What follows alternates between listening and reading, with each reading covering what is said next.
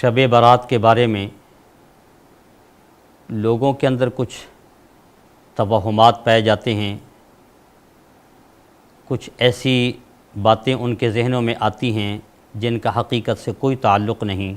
پہلے تو شب برات کے لفظ کو سمجھ لیں۔ شب کا معنی ہے رات اور براءت کا معنی ہوتا ہے بری ہونا۔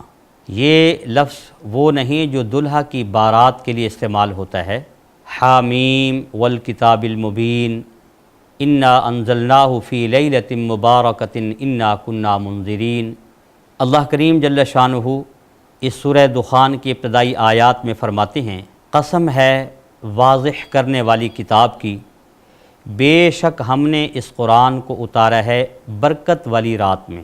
انا کنا منذرین، بے شک ہم ڈرانے والے ہیں۔ فیہا یفرق کل امر حکیم، اس رات میں فیصلہ کیا جاتا ہے ہر مضبوط کام کا۔ امرا من عندنا، وہ حکم ہو کر ہماری طرف سے آتا ہے۔ انا کنا مرسلین، بے شک ہم ہی رسول بنا کے بھیجنے والے ہیں۔ ان آیات مبارکہ کے بارے میں علامہ محمود آلوسی رحمۃ اللہ علیہ اور دیگر مفسرین کرام نے یہ بات واضح طور پہ فرمائی ہے کہ قرآن کریم کا اصل نزول لوح محفوظ سے آسمان دنیا تک ایک ہی مرتبہ اسی شب برات میں آیا، جس کو ہم انا انزلناہ فی لیلۃ مبارکہ پڑھا ہے۔ برکت والی رات میں ہم نے اس قرآن کو اتارا ہے۔ یک بارگی قرآن، مکمل قرآن لوح محفوظ سے آسمان دنیا تک اسی شب برات میں آیا۔ حضور نبی کریم صلی اللہ علیہ وسلم کے قلب اطہر پر، پہلے آسمان سے آپ علیہ السلام کے قلب اطہر پر وہ لیلۃ القدر میں نازل ہوا۔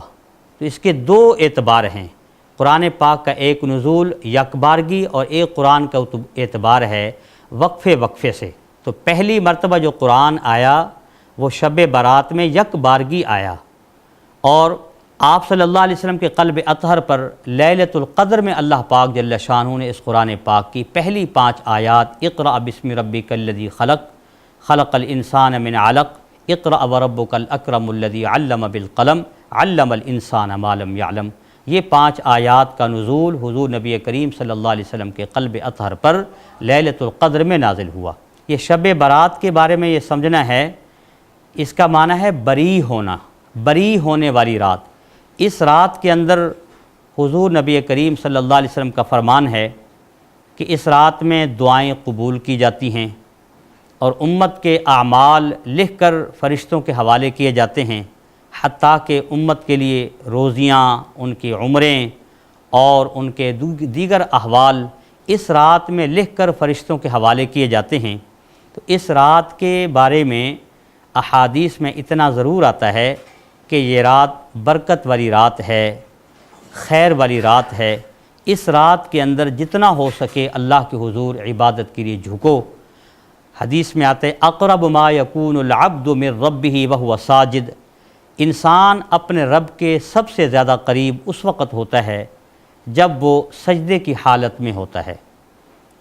اس رات میں عبادت ایک اعتدال سے کرنی چاہیے، ایسا ہو کہ عشاء کی نماز با جماعت پڑھیں، فجر کی نماز بھی با جماعت پڑھیں۔ نبی کریم صلی اللہ علیہ وسلم کا فرمان ہے کہ جو آدمی عشاء کی نماز اور فجر کی نماز جماعت کے ساتھ پڑھتا ہے، لہو براءتان، اس کے لیے 2 پروانے ہیں، براءۃ من النار و براءۃ من النفاق۔ منافقت سے بھی ایسا آدمی بری ہے اور دوزخ کی آگ سے بھی بری ہے۔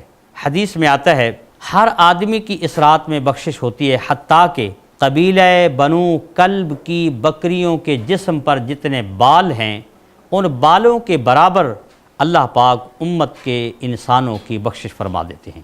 یا تو نبی کریم صلی اللہ علیہ وسلم نے اس قبیلے کا نام اس لیے لیا کہ یہ قبیلہ بڑا تھا، یا یہ ہے کہ ان کی بکریاں زیادہ تھیں، یا عام طور پر بعض بکریوں کے بال ویسے بڑے ہوتے ہیں اور گھنے ہوتے ہیں، زیادہ ہوتے ہیں۔